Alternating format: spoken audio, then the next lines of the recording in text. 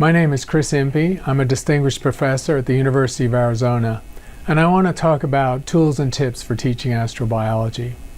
Astrobiology is a subject enjoying strong and healthy growth. Here are some numbers that indicate that growth. At the professional level, in attendance at the AbSciCon meetings every couple of years, in the number of AstroPH preprints with astrobiology as a keyword, and in the number of papers on astrobiology in the astrophysical and astronomical journals. As an indication of more popular interest in astrobiology, you can also see strong growth in Google Trends in the number of searches the general public make on the word astrobiology. This is a stronger growth than we would see for analogous statistics for the whole field of astronomy. Astrobiology is experiencing strong growth in large part because of the exponential rate of exoplanet detection. You can see it here illustrated over the 35 years since we've been finding exoplanets. This exponential rate of detection is extraordinary in any scientific field. In fact, it mirrors something that is associated with our technology, which is the improvement in the quality and capability of cell phones. So that's a striking indication of how central astrobiology is at the cutting edge of research these days.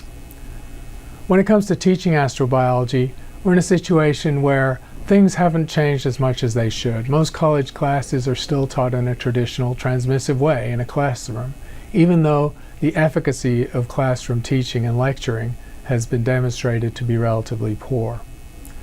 There's foundational research, including this famous paper by Scott Freeman in 2014, that shows that active learning methods, broadly defined, are just much better at inducing student learning.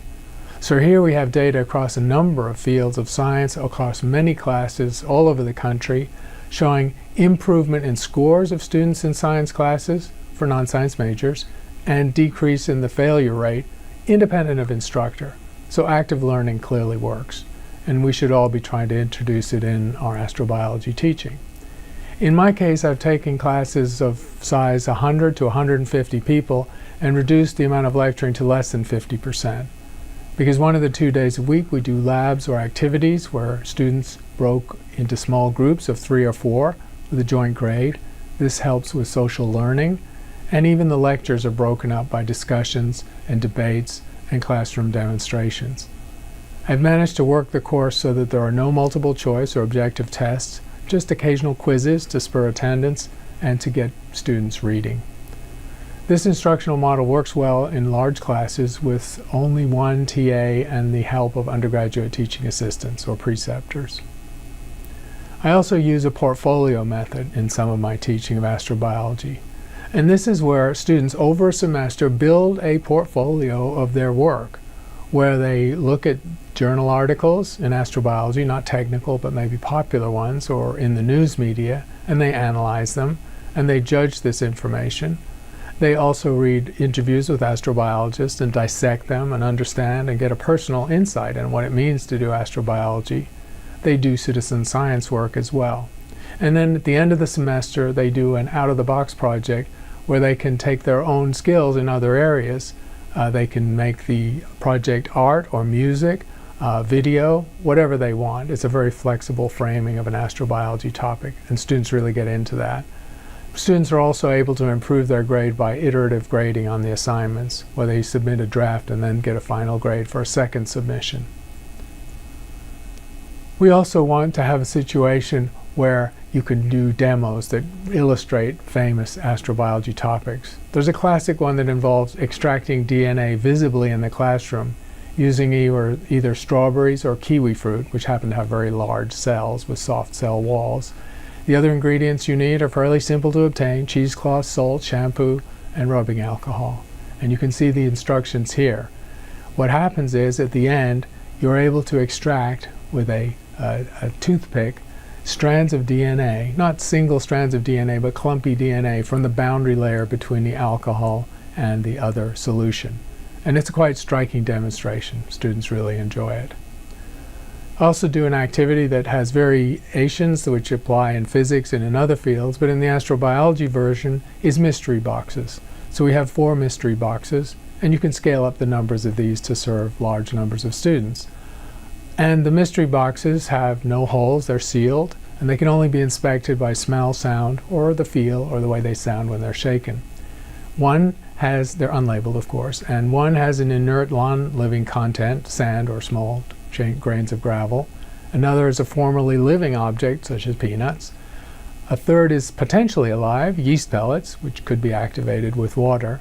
And then the fourth is actually alive. And the favorite one for this is Mexican jumping beans, which are actually kind of moth larvae, which are activated by heat and really do move around, even if you're not shaking the box. So these are the 4 items, and it's very interesting to see the student debates over the difference in these 4 categories based on very limited sensory available data. I also use activities that are taken from an activity book written by Ed Prather and colleagues. And these are pen and paper exercises which you can duplicate in the classroom. In this case, there are timeline cards, 6 different eras in the history of the Earth, and then there are events in geology and biology that happen on the Earth. And they're shuffled, so there's no obvious order to them, and the students have to make the connections. They have to argue about the appropriate order, and they have to logically connect the events that happen in the history of the Earth. It's an interesting activity because students don't all do it the same way. Students working in groups will therefore come up with different answers, and then they move around the class debating and arguing with each other over whose ordering of the timeline is correct. So there's a lot of information in this activity, and when they digest it, they really do have a good understanding of the ebb and flow and the interrelationship between the biology and the planet itself. I also have other ways of doing activities. This is a good one. This is a NASA activity. The hypothetical is a spacecraft has crash landed on the moon, and the astronauts have to use a set of items available to them to get to a base a few hundred kilometers away. And they have to decide which are the most valuable items to them to survive on the moon. Here are the items, and they make a rank order of these items. You have them do it 2 ways. Individual students do it first, their own rank ordering, and then they get together in groups and do a rank ordering. And the end goal is to compare to astronauts' rankings. Those are the experts. And the differences, of course, are minimized as close as they get to the astronauts. Here is the outcome of one class doing this experiment. And it's a good and striking result.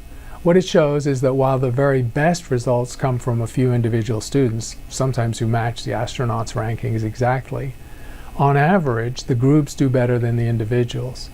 And so this activity becomes a powerful demonstration of groupthink, of why it's not a bad thing, but a good thing, and why we use group thinking and collaborative learning in classes. There's another activity that relates to the scientific method, and the hook here is UFOs or possible alien visitations. So students have to judge 3 kinds of evidence: eyewitness evidence of something strange happening in the sky that they can't explain, or photographic evidence, a classic UFO type photograph, or physical evidence, an object that doesn't seem to have a normal terrestrial origin. And they have to judge the veracity of this type of evidence and which is most reliable. And we compare the answers of ranking these. And they tend to get the right answer. They understand that eyewitness accounts are the least reliable because of the difficulty of corroboration and perception problems, that imagery is better, but it still has to be repeatable, and that physical evidence is best because it can be subject to independent analysis. And so in this activity, they learn the different types of evidence and why scientists value some types of evidence more than others. I also like to recommend students to the Hab World's capabilities. These are activities built by Ariel Ambar and his group at Arizona State University. It's a very powerful and immersive 3D environment for understanding what makes the habitability of the Earth or a planet. These are virtual field trips, essentially, and they're very data rich, and they actually model, in a way, the scientific method. So this is a very effective class that's been taught for a number of years to thousands of students up at ASU, and the curricula and the pedagogy is really excellent. I've done something adventurous some while ago, and it could still be done, which is go into the 3D virtual world of Second Life and build interactive timeline of the Earth, where students create 3-dimensional virtual objects, and they can animate them too, to give a sense of some part of the history of life on Earth. And so students build little virtual exhibits, essentially, at different points on the timeline of the Earth, And then we all can go in as avatars and visit these exhibits. So it becomes a sort of virtual museum built in a 3D world of Second Life. This is another powerful mode of pedagogy. Despite rumors to the contrary, Second Life is still alive. It had its heyday, perhaps, its peak audience maybe 2 decades ago, but it's still there doing interesting educational things. I've also, with the help of my team here at the University of Arizona, we built an astrobiology MOOC, which is now enrolled over 35,000 people. It's been around for 5 years, and over 250,000 hours of lecture videos have been watched. This MOOC is offered by Coursera, and the issue, of course, with MOOCs is that completion rates are typically quite low, below 5%.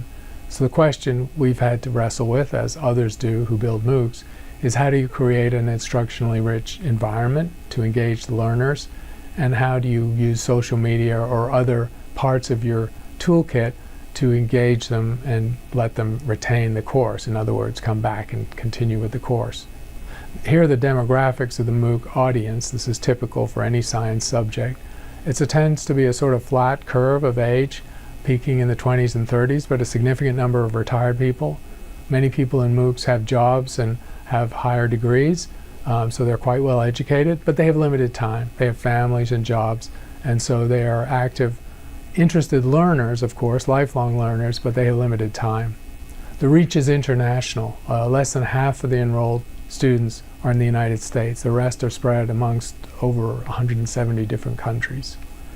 And we've learned in this course and others that there are pieces of the curriculum and the pedagogy which increase the probability that they will complete the course. So if you can get them to stick by doing the first activity, or by being active on the discussion boards, or just even doing the first quiz and not dropping away at the first time there's something asked of them, then the probability that will increase that they complete the class. And these are high probabilities of completion with these different modes of pedagogy. Citizen science is also a useful thing to inject into a MOOC. And compared to college students, there are quite different motivations. These are lifelong learners driven by curiosity. They have a strong intrinsic motivation, whereas college students are primarily grade-driven, of course. MOOC learners are not doing the work for college credit or for a grade, so they're motivated quite differently. There are many materials out there available, and I've written a number of books on astrobiology, and one I've used in teaching is a book of interviews I did with 55 different astrobiologists. And this is very engaging material, and I get students to read them, comment on them, and make commentaries, because this tells you how science is actually done. And it's very engaging. There are the personal stories of these astrobiologists too, which really draw people in. There are other materials available on NASA websites. So NASA is very rich in its instructional materials. There are graphic novels, for example, about astrobiology. There are a large amount of curriculum materials available, open and freely available on NASA websites. There are interviews. Ask an Astrobiologist. Very many of the most famous astrobiologists you can think of are represented in the an Astrobiologist series over the years. And NASA's also curated a set of videos, not of their own creation necessarily, but these are also very good tools to use in teaching methods.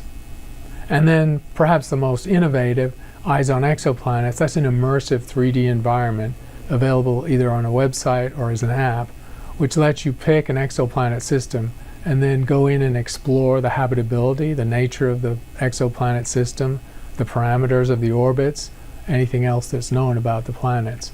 And it's using real research data. This is very powerful, of course, and the amount of material is growing rapidly as we learn more about exoplanets. So this is a very useful thing to inject into an astrobiology course. So as you can see, there are a large number of possible tools that you can use in teaching astrobiology, especially to go beyond lecture, to engage students in interaction, in small group activities, and in immersive learning situations.